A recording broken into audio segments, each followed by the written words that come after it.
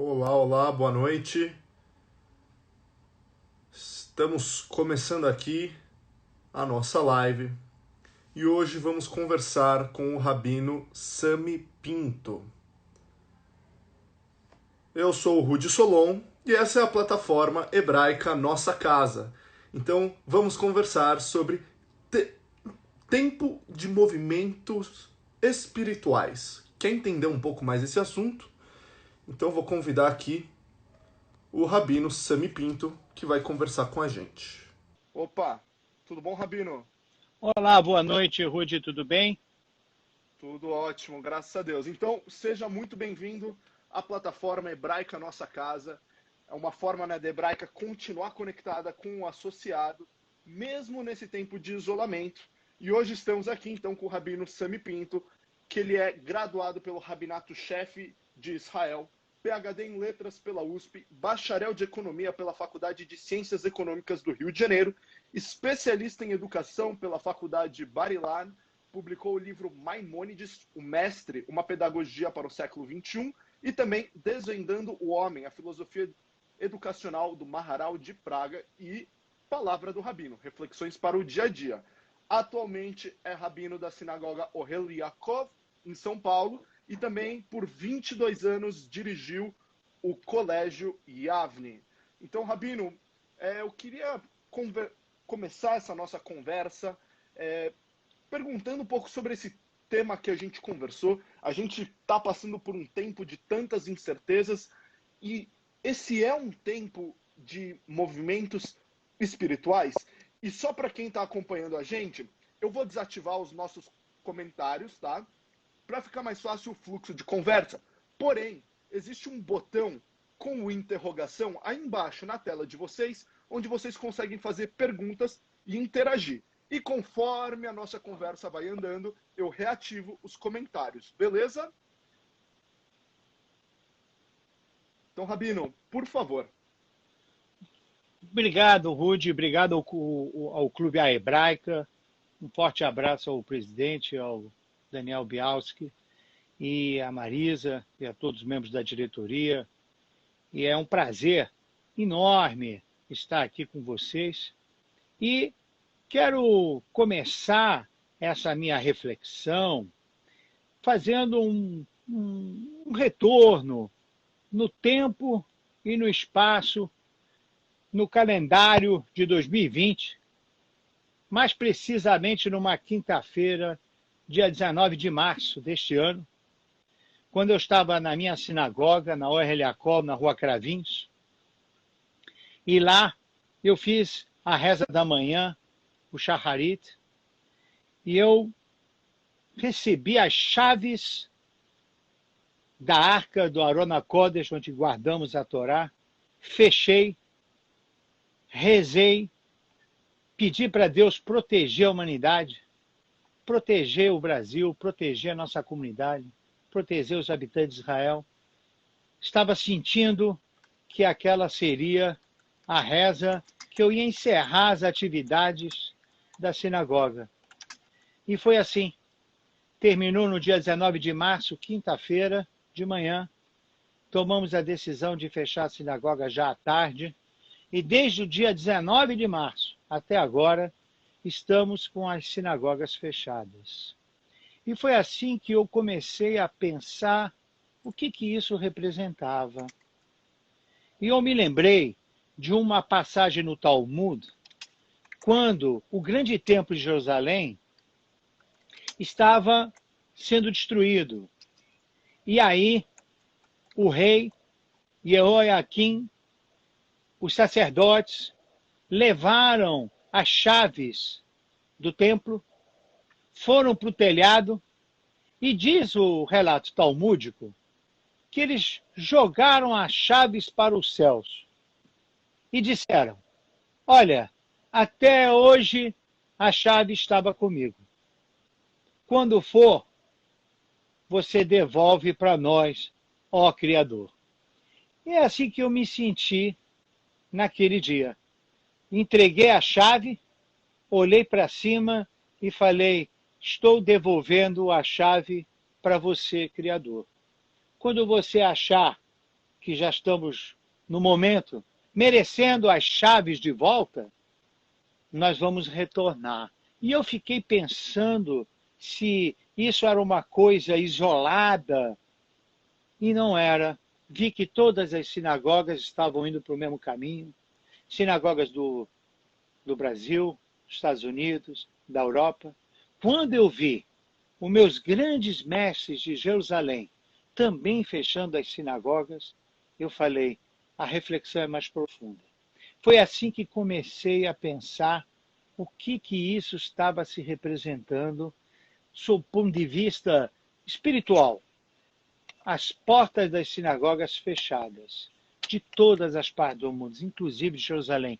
Nunca Jerusalém fechou portas de sinagogas, e por tabela, Rude, nós fechamos porta de escola, nós fechamos portas de yeshivá, escolas, universidades, o mundo do saber ficou comprometido, o mundo do rezar também. E eu penso que aqui tem algumas reflexões importantes. E aí é que eu quero já adiantar o título, né, da nossa chamada, né, é tempo, né, de a gente buscar movimentos espirituais. Por quê? Nessa passagem talmúdica, eu encontrei um pensador, um rabino italiano, de nome Rabino Menachem Azariah de Fano, da cidade de Fano, na Itália. É o Rav Mipano. E esse rabino explica, olha, lá atrás nós perdemos o templo de Jerusalém, as paredes, mas o espírito do templo nós podemos reconstruir. E aí eu fiquei pensando nessas palavras do rabino. É possível que nós estávamos com os templos abertos, mas pouco espírito. É possível que nós estávamos com as paredes e as mobílias com pouca alma. E aí eu fui buscando mais nessas reflexões o que estava por me dizer esses sábios da literatura rabínica. Encontrei outro rabino italiano, o rabino Moshe Chaim Luzzatto, da cidade de Pádua, na Itália. Todos eles escrevem que o grande desafio do homem permanece o mesmo daquele desafiado no Jardim do Éden. Nós tínhamos várias árvores para comer e tínhamos que seguir uma ordem. A ordem era: você come todas as árvores, mas primeiro come a árvore da vida, conforme o texto Bereshit, Gênesis capítulo 1. Mas aí o que fez? O homem preferiu comer primeiro a árvore do conhecimento. E o Rabino Luzzatto diz, não que a árvore do conhecimento estivesse proibida, mas tivesse o homem comido primeiro a árvore da vida, faria bom uso do conhecimento.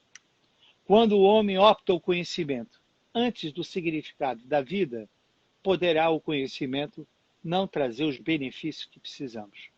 E aqui eu volto então para as minhas reflexões da sinagoga que fechei, das outras que estão e permanecem fechadas. Nós precisamos recuperar a árvore da vida. Nós precisamos entender primeiro qual o propósito da criação, qual o significado de nossas vidas, e depois agregar o conhecimento. Porque com o conhecimento, nós podemos ter poder, podemos ter acúmulos de riqueza, mas não entendemos para que viemos ao mundo e por que vivemos. E aí, o Rabino Luzzatto conclui, Deus criou o mundo por um ato de amor, um ato de doação. E Ele cuida para que haja a existência do outro. O homem, semelhante a Deus, com a imagem de Deus, deve cuidar para a existência do outro. Conclui o Rabino Luzzatto, todos nós devemos ser doadores, como Deus é e foi e continua sendo doador. Sendo assim, nós perdemos essa capacidade de doar para o outro constantemente. buscar e garantir a existência do outro, garantir a materialidade do outro, a isto nós chamamos de movimentos espirituais. Movimento espiritual é quando nós temos uma força dentro de nós que nos leva a se preocupar com o outro na sua materialidade.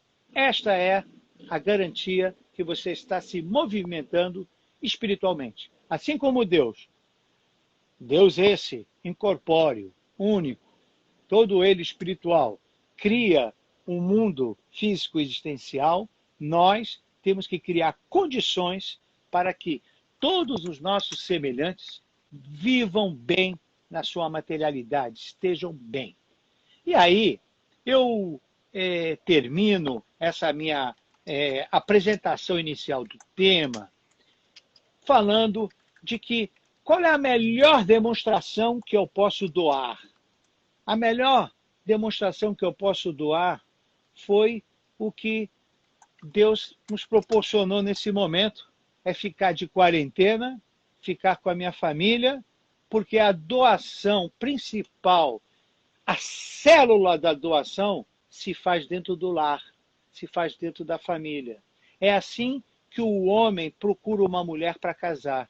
É assim que um casal traz filho ao mundo. O homem para de pensar em si e pensa em sua esposa. O homem e a mulher param de pensar neles, pensam nos seus filhos. A isso nós chamamos de procriação. A gente é a favor da criação, do gesto de amor. Concluindo, se nós tivermos famílias fortes, e esse é o momento oportuno e ímpar da quarentena, de estarmos sentados olhando um para os outros, fomentando o amor, famílias fortes constrói comunidades fortes, que constrói sociedades fortes, que constrói o país forte. Eu desejo isso do fundo do meu coração, para que sejamos células do amor, células de doação. E mais ainda, precisamos ser como Abraão, o primeiro patriarca. Porque o primeiro patriarca, ele é muito interessante. Ele tem na nossa memória a tenda de Abraão, a tenda que ele recebia constantemente as pessoas, ajudava, dava de comer, dava de beber, descanso, orientava as pessoas. Mas o único relato escrito na nossa Torá que ele fez isso foi com 3 anjos. Anjos esses que não precisavam de todo aquele serviço que Abraão fazia diariamente, ano após ano. Porque anjo não precisa comer, anjo não precisa beber e anjo não precisa descansar. E a Kabbalah, de forma magnífica no seu livro Zohar, diz: esse gesto de Abraão é um modelo que nós devemos seguir. Nós temos que fazer o bem antes de baterem na nossa porta. Nós temos que fazer a garantia da materialidade do outro antes que ele passe pela necessidade. Portanto, o que eu estou vendo hoje, por exemplo, sempre tem uma peça na Globo, né, no Jornal Nacional, solidariedade, as empresas doando. Isso já é um gesto na direção da espiritualidade. Mas eu quero rezar para que esse gesto prossiga, continue, e que não é só com dinheiro que podemos doar. Nós podemos doar conhecimento, nós podemos doar explicações, sorriso, abraço, e cada um naquilo que ele pode, se tivermos as famílias fortes. Então, por isso que eu vejo a necessidade dessa quarentena ser traduzido oportunidade única de fortalecimento das nossas células familiares. Nós vamos fazer isso muito bem, estamos fazendo isso muito bem, para produzir comunidade forte, sociedade forte, o nosso Brasil forte, e pedir para que tudo isso seja reproduzido, multiplicado para que a gente possa vencer esse maior adversário. Eu não tenho dúvida que esta reflexão deve ser compartilhada. Não podemos comer do conhecimento antes da árvore da vida. Era isso que eu queria dar como apresentação, Rudy, para todos que estão nos assistindo. Perfeito, Rabino. Eu acho que a gente tem esse desafio, como o senhor bem colocou, do Rav Lutzato, de como trazer esse ato de amor para o nosso dia a dia. Chegou uma pergunta aqui bem interessante do Joel Heschman, da Tribuna Judaica. E ele mencionou aqui que você escreveu um livro, né, Maimônides, o Mestre, e que nesse livro tem uma história que eu também conheço, que é a do lobo e dos cordeiros. Será que você poderia comentar um pouco dessa história? Porque acho que ela tem a ver com esse momento que a gente vive. Agradeço, um forte abraço ao Joel, amigos aí de vários projetos na comunidade. Olha, o Maimônides, né, ele, no seu capítulo de Alachot Melachim, na Lei dos Reis, né, ele fala sobre o medo, né? E quando Israel estava dentro do seu território para proteger, então era necessário convocar soldados. E os soldados tinham uma mitzvah da Torá de não se amedrontar. E aí ele diz o seguinte, que o medo, muitas vezes, é produzido pela própria cabeça do ser humano. E ele escreve isso lá no Mishneh Torah, Alachot Melachim, nas leis, e ele explica que o medo começa a ser produzido pela mente humana, e aí ele começa a ficar nervoso, do nervoso ele fica estressado, e do estresse ele entra em pânico. Ele entra em pânico.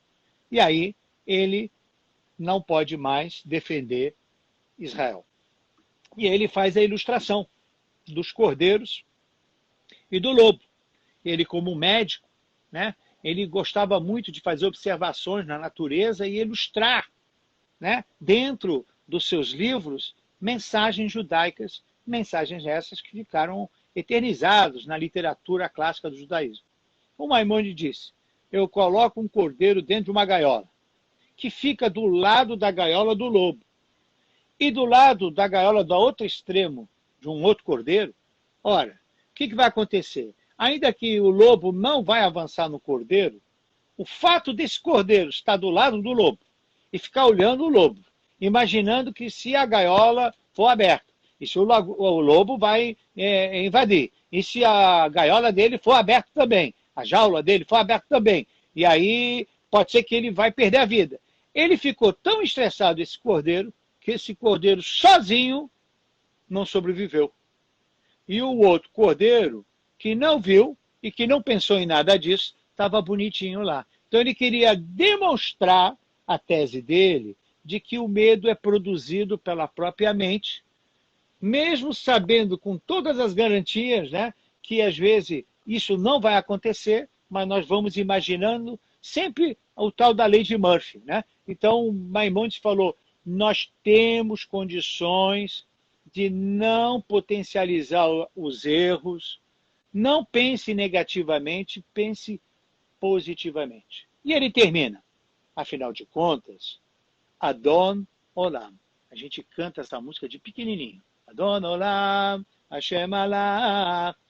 Existe um dono no mundo. Relaxa.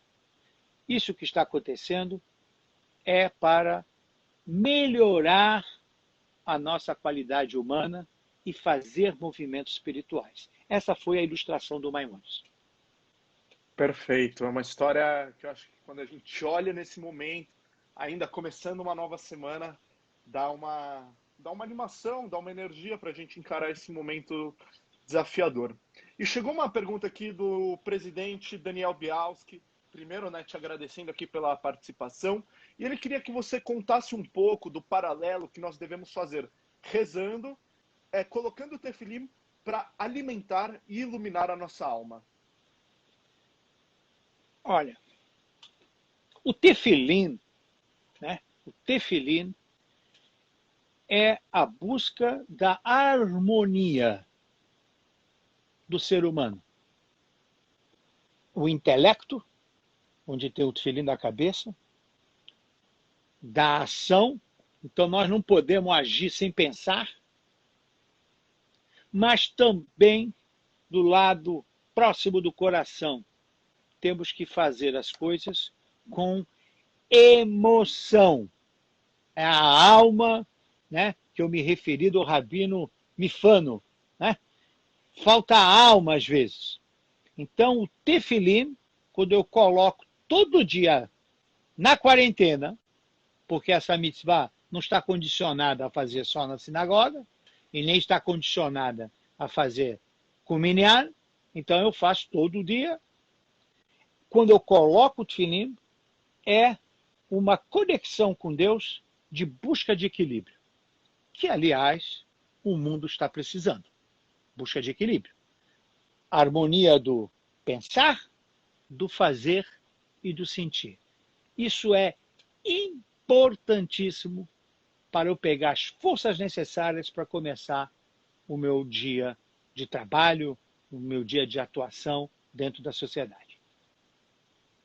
E a Marisa perguntou, e as mulheres? O que elas devem fazer nesse sentido? Você sabe que as mulheres, né, de acordo com a tradição clássica do judaísmo, nas construções, desde o Templo de Jerusalém até as sinagogas, nos modelos religiosos, os Ezrat Nashim, o lugar das mulheres, sempre estão acima e os homens abaixo.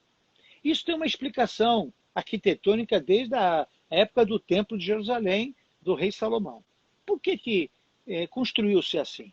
Porque se você acompanhar o texto bíblico, a Torá diz que o homem foi criado e a mulher foi criado das costelas do homem.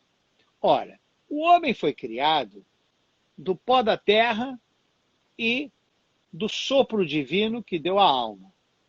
E a mulher, já numa categoria superior, ela foi criada já de um homem feito por Deus. Então, a existência dela é mais espiritualizada que a do homem.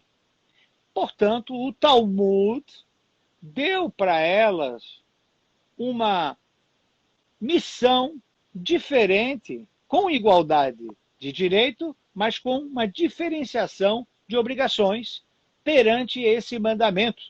Apesar de ela não colocar o tefilim, as mulheres conseguem se comunicar a Deus sem minyan, sem necessidade de rezar o texto completo. As mulheres conseguem, simplesmente botando a mão na mezuzá, pedindo daquela forma emocional. Eu me lembro da minha avó de saudosa memória.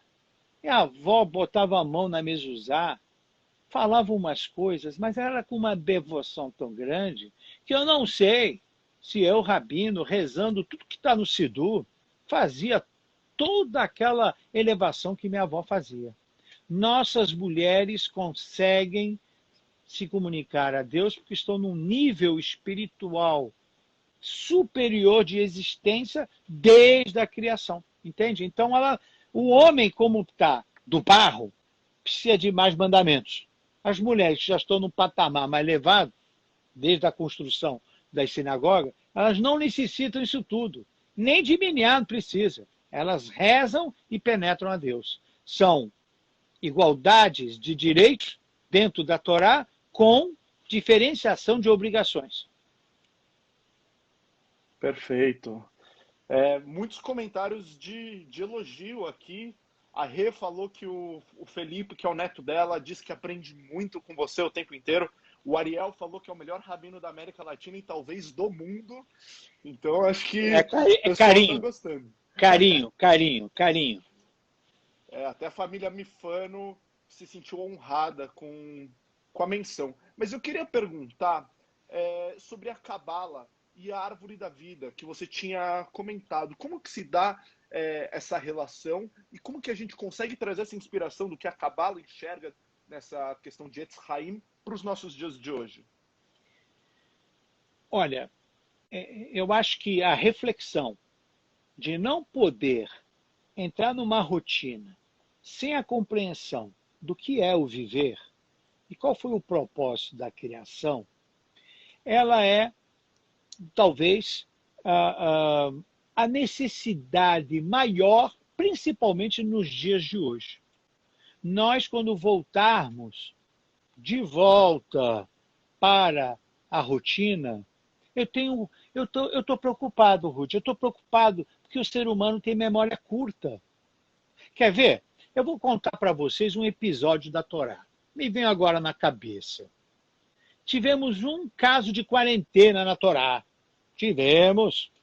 Foi quando houve o famoso dilúvio. E Noé foi para a arca de quarentena com as famílias dele e foi salvar todo o reino animal. Aí ele ficou lá de quarentena. E uma coisa muito interessante, que quando ele sai, ele já esquece do que é o propósito do mundo, significado da vida. No jargão carioquês, né, que eu vim lá do Rio de Janeiro, né, ele foi lá e tomou um porre. Ah, tudo de novo, beleza! E aí ele foi lá, bebeu. Lechaim, lechaim, lechaim, lechaim, e ficou bêbado. Ficou bêbado. Esqueceu. Eu estou preocupado porque você vê quando a gente percebe que as autoridades do mundo, tá? Nada exclusivo para nenhum lugar, nem para nenhuma cidade e nenhum governo em específico, quando começam a flexibilizar, as pessoas saem da arca e não estão entendendo o que é para ser feito.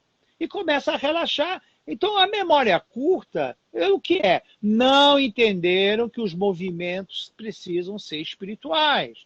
Eu, para garantir a materialidade do outro, a medicina está me dizendo, e ela é imperativa de acordo com a lei judaica, que eu tenho que andar de máscara. Portanto, eu não posso sair sem máscara. Ué, não posso. Ela está me dizendo que eu não posso aglomerar. Ora, se eu não estou rezando no minyan, eu, rabino, estou me curvando com muito respeito, e assim a lei judaica me obriga a ouvir os médicos, ouvir a ciência. Ora, eu estou preocupado que toda vez que flexibiliza, as pessoas esquecem tudo. Será que a solidariedade que eu tenho assistido no Jornal Nacional vai continuar? Será que as empresas vão continuar fazendo esses gestos bonitos?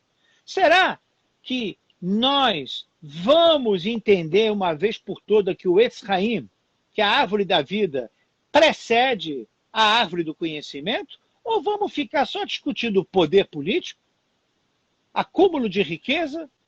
E se vier uma vacina, Rude, minha preocupação é ficar assistindo, né, os grandes grupos farmacêuticos discutindo quem vai ganhar, quanto vai ganhar, enquanto a humanidade precisa do remédio. Então, eu me preocupa muito. O Etz Haim precede o Etz Adat. E isso precisa ser trabalhado aonde? Nas casas. Eu confio nas casas. Não é governo, não é Estado que faz uma grande nação. É a família. A família que entrega os filhos, os cidadãos do amanhã, os membros da comunidade do amanhã, eu acredito é na família. Se nós tivermos com Etz Haim garantido e logo depois trabalhar com excelência o Etz Adat, uma vez que o Etz Haim precede, vamos para frente. E não precisa fazer estudos profundos de Kabbalah. Precisa fazer estudos objetivos da Kabbalah. Tem muita gente trazendo esse ponto, né? Será que quando as coisas voltarem ao normal, ou ao novo normal, né, que até chamam, a gente vai voltar tudo como era antes, ou a gente vai adotar esses elementos da nossa espiritualidade? Eu queria, se o senhor pudesse trazer algum exemplo na nossa história judaica dessas mudanças, eu acredito até, como a gente comentou do Rav Mifano e essa história de reconstruir o espírito do templo, Como que o judaísmo enxerga esses movimentos de reconstrução? Olha, eu entendo, né, que reconstruir é voltar às origens. Por quê?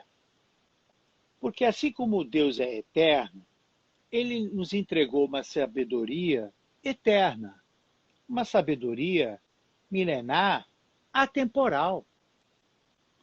Então, não precisamos buscar a grama do vizinho. Não precisamos buscar a Coca-Cola de fora. Não precisa.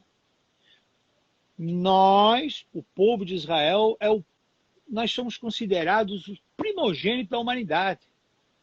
As demais nações são nossos irmãos. Nós temos uma patente que se chama Etz Haim, que Deus nos entregou, autoria divina. E a reconstrução, antes de mais nada, é preceder a árvore da vida, da árvore do conhecimento, e entender. Você quer um caminho? Tem um caminho divino. Não invente a roda. A nossa literatura judaica é fabulosa. É preciso estudar, é preciso organizá-la e ensinar. Quando eu falo de doação, o povo de Israel tem como doação emitir luz de sabedoria, desde a sabedoria espiritual à sabedoria científica. Mas com uma condição, precedendo sempre o Etz Haim do Etz Hadat. Aí nós vamos ser a luz da nação, diz os profetas na Bíblia. Nós seremos Ola Goim, Ola Goim. Então a reconstrução do Bet HaMikdash, na verdade, é retomar a sabedoria clássica do judaísmo. Retornar às poltronas dos estudos dos clássicos judaicos. Não é possível que a gente não faça essa doação. E eu me comprometo. Meus colegas rabinos farão o mesmo. Nós queremos doar para todos o conhecimento dos grandes sábios de Israel. Eles precisam trazer essa luz, porque a reconstrução precisa disso, de consciência do que deve ser a missão do homem no mundo. Excelente.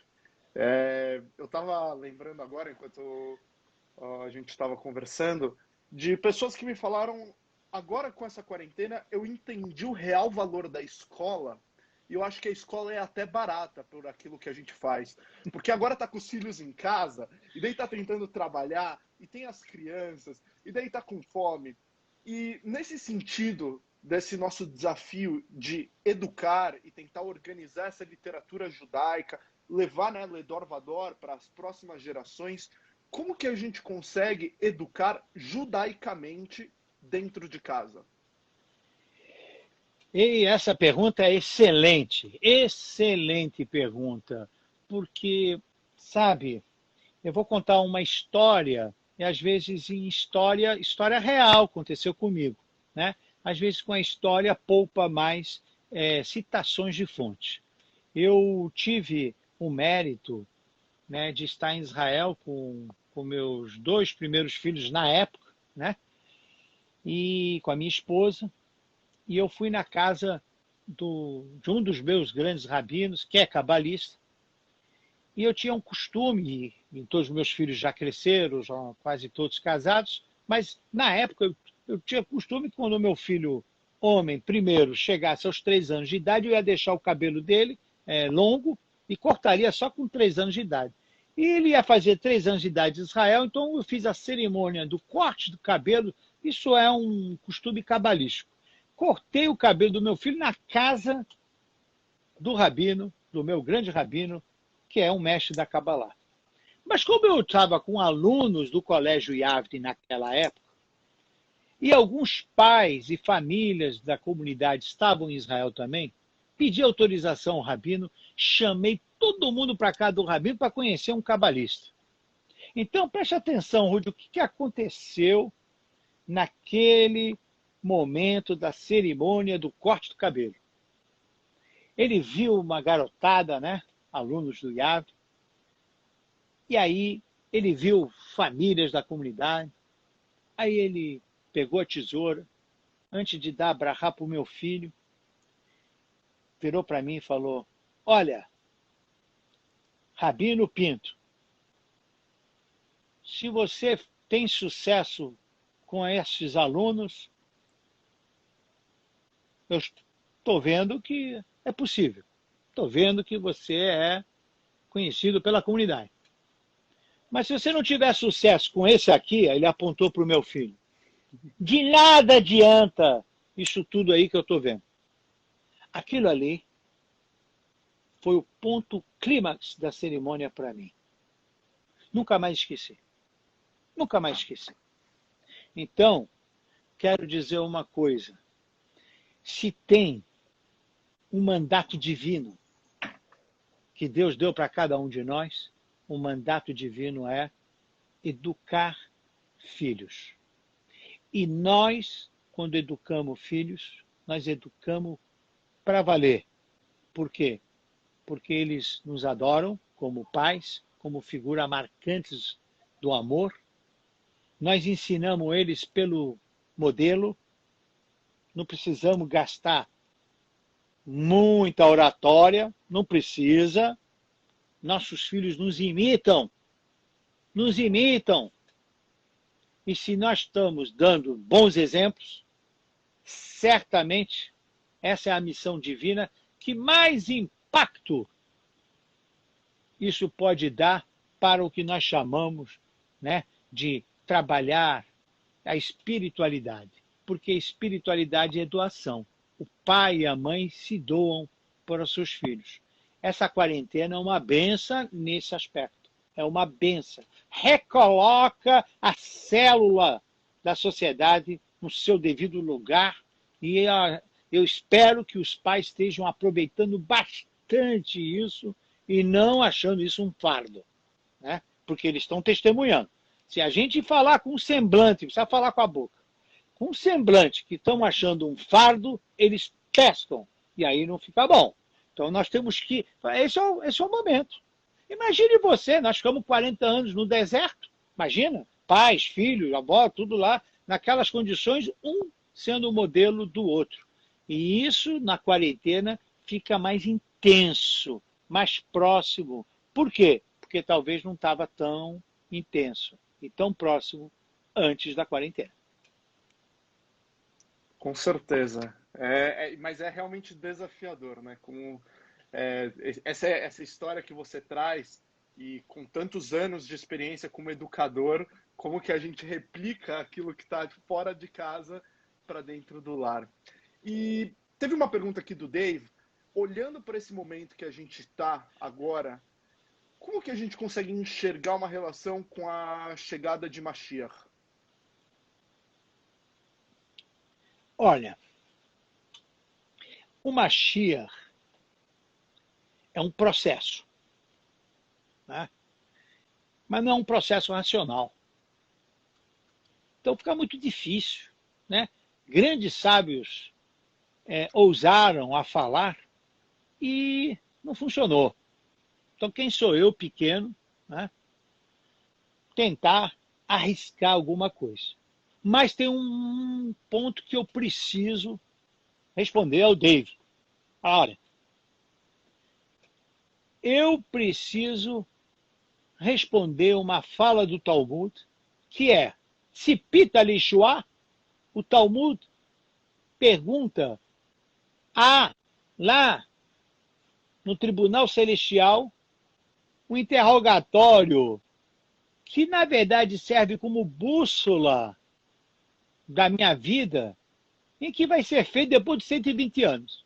Aí eu faço questão de compartilhar duas só, tá? Só duas. A primeira, pergunta celestial. O Yankele viveu 120 anos. Chegou lá no Tribunal Celestial. Primeira pergunta. Você trabalhou com honestidade? Todo mundo ia pensar, não, comeu caché, botou mejuzá, botou tefilim. Não. Trabalhou com honestidade. Segunda pergunta, você desejou a vinda do Mashiach? Então, assim, eu penso que o Mashiach precisa aparecer. Eu desejo que ele venha. Por quê? Porque o mundo está com muitos movimentos sociais bem intencionados, mas imperfeitos, e que está provocando muitas dores na humanidade. Então, o Mashiach é movimentos sociais, mundiais, perfeitos. Porque nós não podemos errar nem na essência e nem na forma. Muitas pessoas querem, defendem uma essência, mas de forma errada. Não serve, não serve. Mashiach é defender essência e forma. Tudo bonitinho, limpo. O ser humano está tentando, dá 2 passos para frente, 1 para trás, 5 para frente, 7 para trás. Você vê isso, e são as crises na história que nós estamos testemunhando. Eu tenho a impressão que o Mashiach ele está se aproximando, sabe por quê? Porque eu acho que nós não vamos conseguir sozinhos. Nós precisamos de uma luz divina, e essa é a luz do Mashiach, para que nos ensine a fazer evolução da humanidade na forma e na essência. Perfeito. Tem uma pergunta aqui que está vindo várias vezes, está um pouco fora do nosso assunto aqui, mas é do Avraham Fromer, sobre a sua visão sobre o encobrimento de liderança com relação ao abuso sexual infantil. E eu até construo um pouco em cima, que é com relação a qualquer tipo de abuso que a gente possa enxergar nesse desafio que a gente tem de como construir o lar de forma judaica e como que a gente enfrenta problemas que podem acontecer nesse caminho. Olha, o nosso mundo é o mundo dos problemas. E crescemos da maneira de como vamos lidar com os problemas. Quem vier ao mundo e foi educado na crença que não terá problemas, ele está fadado à frustração e à derrota. Então, nós temos que ensinar nossos filhos a lidar com problemas, transformar problemas em, como se fosse metaforicamente, problemas de matemática. Quem não gostava, né, daquele professor que nos desafiava, né, com problemas de matemática? Então, nós temos que ser seres que entendem que todos os problemas que acontecem é para nos desafiar. Agora, a questão da orientação sexual e do encobrimento, e essas questões são problemas, né, que nós humanos apresentamos ao longo da história. Não é novo, não é novo. O que nós precisamos é ter mais responsabilidade, tanto familiar como rabínica, psicológica e áreas outras paralelas, responsabilidade como fazer um bom trabalho e não deixar que a forma atrapalhe a essência. Porque as questões que o senhor Avram traz aqui, de fato, eu como um membro dessa comunidade que trabalho muitos anos na área de educação, sei do que ele se refere, às vezes as imperfeições, primeiro que nós somos humanos, não fazemos, só o Mashiach faz tudo perfeito, né? Fará tudo perfeito, mas nós temos que ter mais responsabilidade. E o grau de acerto vai aumentar quando sermos mais humildes, quando criarmos equipes multidisciplinares para trabalhar essas questões que envolvem suposta violência sexual ou qualquer tipo de outra ocorrência que nos chame a atenção, que gere sofrimento humano. Então, é preciso ter responsabilidade e humildade. Nós não vamos avançar se nós não formos humildes, né? Não vamos, porque a humildade é a porta da sabedoria. E sem sabedoria não vamos resolver. Mas se não tem humildade, a sabedoria não entra, então ficamos com um problema, que é um problema. Agradeço a pergunta que me foi feita. Perfeito. A gente já está chegando no fim do nosso tempo aqui. Vários comentários elogiando o nosso bate-papo, muita gente falando do seu canal no YouTube, para quem quiser acompanhar também e conhecer mais. E eu queria, Rabino, que você deixasse uma mensagem final para quem está acompanhando a gente até agora. A Ruth perguntou, né, também se essa é uma prova de que nós, como seres humanos, não temos muito como crescer. Então, seguindo por esse caminho, queria que o senhor trouxesse um pouco dessa sabedoria judaica para essa inspiração de como podemos enfrentar esse momento tão difícil.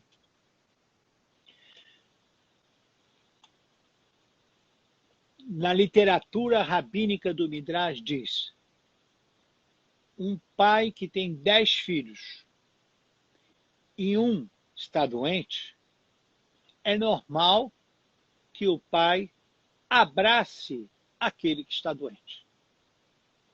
Na história da humanidade, quando nós temos um capítulo de uma diversidade como essa pandemia atual, e que vai somando outras crises juntas, é normal que o Pai que está no céu vai nos abraçar, está nos abraçando. É normal. Então, do sofrimento vem um abraço. Mas eu, como educador, sempre digo, se o meu filho tem uma infecção na garganta, não adianta ficar só no abraço. Preciso levar ao pediatra. Alguma coisa a mais precisa fazer. Deus está nos abraçando. Toda vez que tem um sofrimento, Deus está próximo. A metáfora que os rabinos atuais dizem é aquele olho mágico, sabe? Um olho mágico, quando a gente vai lá na porta ver se tem alguém se aproximando, se tem muita luz, não tem ninguém. Quando é que eu vejo que tem alguém? Quando está mais escuro. A proximidade de Deus está clara. Está clara porque a gente está se sentindo um pouco... o que a gente precisa?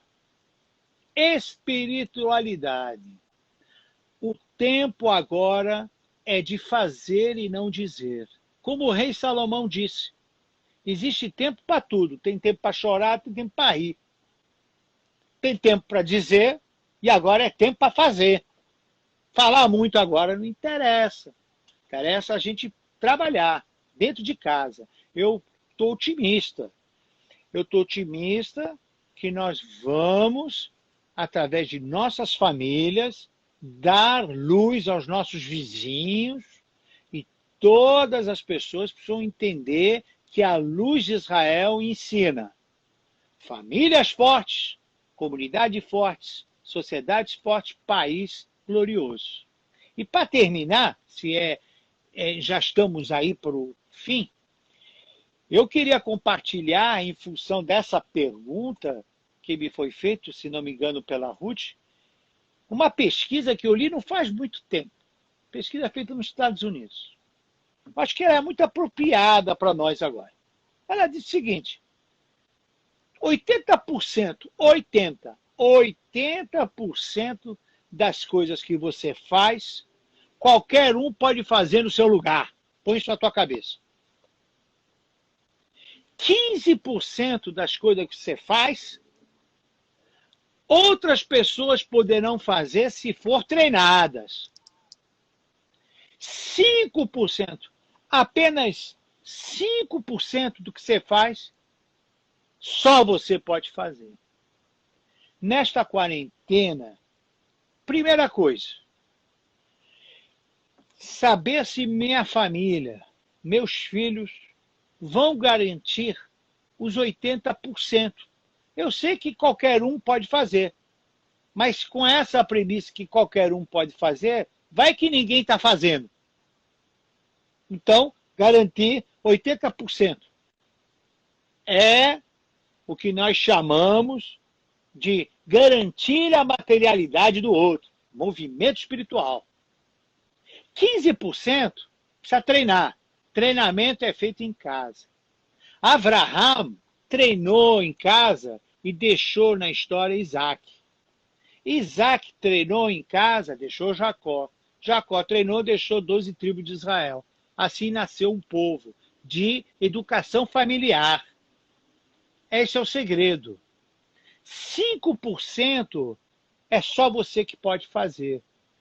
5% que é só você que pode fazer é marido com mulher, mulher para marido. É único para o outro. Pai e mãe é único para os seus filhos.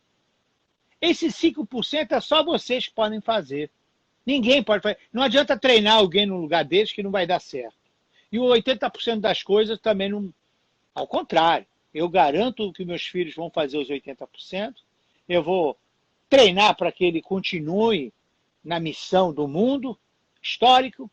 E 5% eu estou convencido que é só eu que posso fazer. Se nós tivermos com isso em mente, Abraão, Isaac, Jacó, tribos de Israel, eu tenho absoluta convicção que essa quarentena vai produzir energia boa, coisas boas, e é o que eu desejo, é o que eu rezo diariamente para que as sinagogas voltem, devolvam a chave dos céus para nós, que as escolas voltem a abrir com aquele barulho de criança, que os pais não se esqueçam jamais como eles são aqueles 5% insubstituíveis aos seus filhos.